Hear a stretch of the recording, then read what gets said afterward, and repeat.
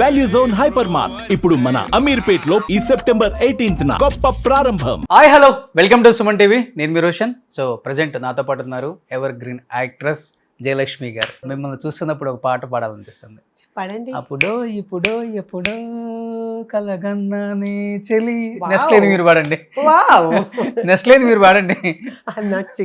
అక్కడో ఇక్కడో ఎక్కడో మనసిచ్చానే చెలి. మీరు చేసిన సినిమానే కదా. యాక్చువల్గా I really enjoy the music Roshan, but I cannot Singh. If I sing people will run. Me voice బాగుంది కదా, మాట్లాడటానికి బాగుందేమో పాటకు కాదు. నేను ఆమె డాన్సర్ అంతే. దేవుడు అది ఇవ్వలేదు, అన్ని ఇస్తాడేంటి? అమ్మ ఇస్తే ఆయన పట్టించుకుంటాం ఏంటి? ఎలా కూచిపూడి డాన్సర్? ఆయన కూచిపూడి డాన్సర్. అటు భరతనాట్యం కూడా చిన్నప్పటి నుంచి నేర్చుకున్నాను, బట్ మెయిన్ కూచిపూడి. ఓకే. నిజంగా జయలక్ష్మి గారు ఇప్పటికి ఈటీవీ సినిమా లేకపోతే మా జీలో మనకి ఓల్డ్ సినిమాలు ఎక్కువ వేస్తుంటారు. అది చూస్తున్నంతసేపు అక్క క్యారెక్టర్స్, వదిన క్యారెక్టర్స్, మీరు కానీ, హేమ గారు కానీ, సురేఖవాణి గారు కానీ, రజిత గారు కానీ, అసలు ఏమైపోయారు వీళ్ళందరూ? ఇప్పుడు స్క్రీన్ మీద కనిపించట్లేదు. పెద్ద బిగ్ స్క్రీన్ మీద ఏదైనా సినిమాకి వెళ్ళినప్పుడు కొత్త కొత్త వదినలు, కొత్త కొత్త అక్కలు కనిపిస్తున్నారు. వీళ్ళు కదా చాలా న్యాచురల్గా ఉండే మన వదినలు, అక్కలు అంటే మనోళ్ళే కదా, మన తెలుగు వాళ్ళే కదా అని అనుకుంటానే ఉంటాం. ఎందుకని అసలు ఓవరాల్గా సినిమా ఇండస్ట్రీయే దూరం పెట్టిందా జయలక్ష్మి గారిని, లేకపోతే మీరే బిజీగా ఉండి పిల్లలు సెటిల్ అయిపోయారు, మంచి లైఫ్ వద్దులే అని చెప్పి తగ్గించుకున్నారా? ఏమైపోయింది ఇన్ని సంవత్సరాల జర్నీ? అదేమి కాదు రోషన్, ఇండస్ట్రీ దూరం పెట్టింది అని అనను, కానీ ఒక సామెత ఉంది కదా, కొత్త నీరు అనేది వస్తే పాత నీరు అలా వెళ్ళిపోతుంటుందని. ప్రతి ప్రొఫెషన్లో కూడా కొత్త కొత్త వాళ్ళు వస్తుంటారు. అలాగే మా ప్రొఫెషన్లో కూడా చాలా మంది ఆర్టిస్టులు వచ్చేసారు. ఓకే. కానీ ఏంటంటే మన వాళ్ళు కాదు ఎవరన్నా, కానీ ఆర్టిస్ట్ ఈజ్ ఆర్టిస్ట్. మన వాళ్ళ పరాయి స్టేట్ వాళ్ళ అనేది కాదు. బాధ లేదా? కొంచెం ఉంది. ఎందుకంటే మా ఆర్టిస్ట్ అన్న వాళ్ళు ఎవరైనా, మీరు కూడా యాంకర్ అయినా కూడా ఒక ఆర్టిస్టే.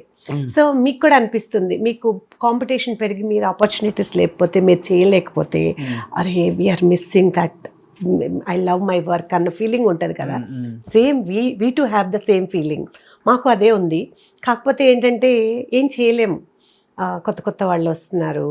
ఇండస్ట్రీలో రన్నింగ్లో ఉంటే ఒక అడ్వాంటేజ్ ఏంటంటే, ఈ క్యారెక్టర్కి ఈవిడ పనికి బాగుంటుంది, సూటబుల్ అని చెప్పేసి మనం కొన్ని రోజులు వర్క్ చేయకుండా ఉన్నామంటే, ఇప్పుడు మీతో రోషన్ మనం ఎప్పుడో 10 ఏళ్ల క్రితం మనం కలిసి ఇంటర్వ్యూ చేసాము.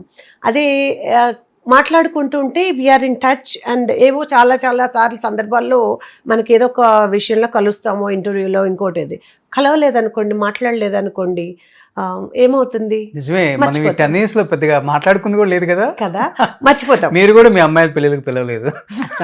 Sorry for that really. ఇప్పుడే అంటున్నా, టచ్ లో ఉంటేనే ఏదైనా, అంటే మనం స్క్రీన్ మీద ఉంటేనే వాళ్ళకైనా గుర్తొస్తామండి సమయానికి. అటు కో డైరెక్టర్స్ కానీ, డైరెక్టర్స్ కానీ, మేనేజర్స్ కానీ.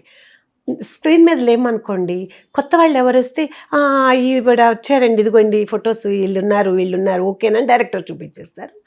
దే సెలెక్ట్, బికాజ్ వాళ్ళు దే ఆర్ వెరీ బిజీ.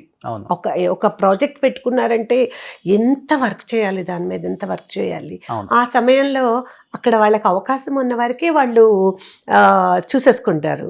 మనం టచ్లో ఉండో స్క్రీన్ మీద కనిపిస్తుంటే డెఫినెట్గా గుర్తొచ్చింది. నాకు ఇంతకుముందు నాకు ఆ క్యారెక్టర్స్ అలానే వచ్చినాయి రోషన్. నేను ఎప్పుడు ఎవరిని అడిగేదాన్ని కాదు.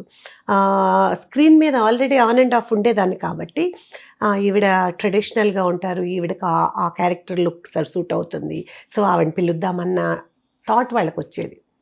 ఇప్పుడు ఏంటంటే ఎక్కువ ఆర్టిస్టులు అవ్వటము, ఎక్కువ మంది అయిపోవటము, ప్లస్ మేము కూడా ఎక్కువ కంటిన్యూగా చేస్తూ ఉండకపోవటము. ఇలా ఏదైనా ఇంటర్వ్యూస్లోనైనా బాగా పబ్లిసిటీ అయ్యి ఉంటే అట్లా కూడా, అరే నిజమే కదా ఆవిడ చెప్పిన మాట కరెక్ట్ అని బహుశా ఫ్యూచర్లో ఏమన్నా. ఇంటర్వ్యూ తర్వాత మీరు సినిమాలు చేస్తారు? అవునండి, ఐ హోప్ దట్. సో చాలా మందికి అది జరిగింది. కానీ సుమన్ టీవీలో మీ పర్సనల్ అండ్ బిజినెస్ ప్రమోషన్స్ కోసం కింది నెంబర్కి కాంటాక్ట్ చేయండి.